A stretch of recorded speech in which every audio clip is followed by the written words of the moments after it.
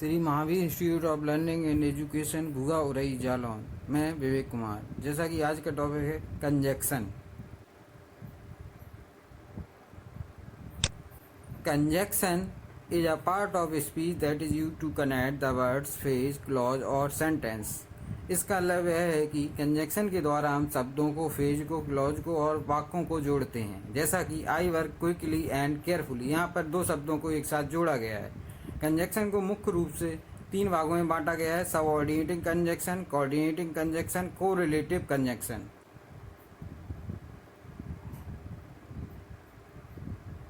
पहला, subordinate conjunction. Subordinate conjunction join independent and dependent clause.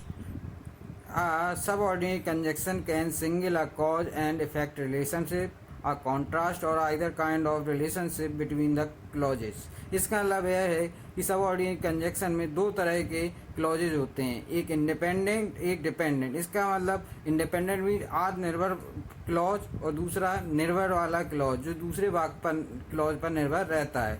जब उन्हें हम because, since, as, although, while, where, as इन सभी शब्दों से जोड़ते हैं तो वो सबऑर्डिनेट कंजक्शन के द्वारा जोड़े जाते हैं। इसके अलावा एडवर्ब भी हैं जिनका हम प्रयोग करते हैं अनटिल, आफ्टर, बिफोर। इनके द्वारा हम इन्हें जोड़ते हैं। जैसे I can stay out until the clock strikes 12, तो यहाँ पर अनटिल के द्वारा वाक्य को जोड़ा गया है।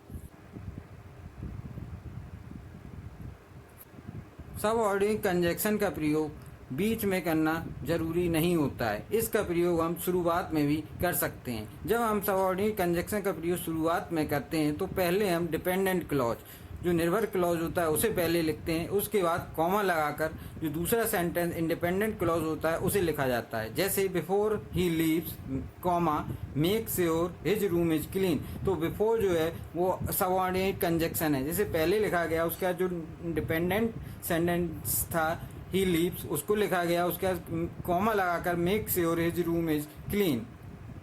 इसी तरह दूसरे सेंटेंस में I drink a glass of water because I was thirsty. अगर इसमें हम सबऑर्डिनेट कंजक्शन को पहले लिखना चाहें तो पहले आएगा because I was thirsty, comma, I drink a glass of water. तो अगर इस सबऑर्डिनेट कंजक्शन को हम बीच में नहीं लिखना है तो इसे हम पहले लिखकर डिपेंडेंट क्लॉज को लिखेंगे, उसके बाद कॉमा लगाकर इंडिपेंडेंट क्लॉज को लिखेंगे।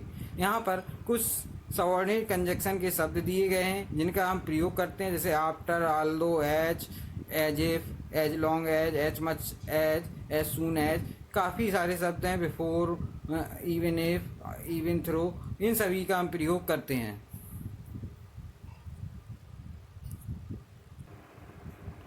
Coordinate conjunction. Coordinate conjunction allow you to join the words, phrase, clause of equal grammatical rank in a sentence. The most common coordinate conjunction are for है, and है, nor है, but है, और है, at है, and so। जितने भी ये 7 शब्द हैं उन्हीं का हम कोऑर्डिनेट कंजक्शन में प्रयोग करते हैं, जिनके द्वारा हम दो सेंटेंसों को या दो शब्दों को आपस में जोड़ते हैं। जैसे दे गैम्बल एंड दे स्मोक, तो यहाँ पर एंड का प्रयोग किया गया है जो ग्रामेटिकली सेम है। इसी तरह से तीसरे टाइप का conjunction correlative conjunction. Correlative conjunction correlate the working in pair to join the phrase और words that carry equal importance within a sentence.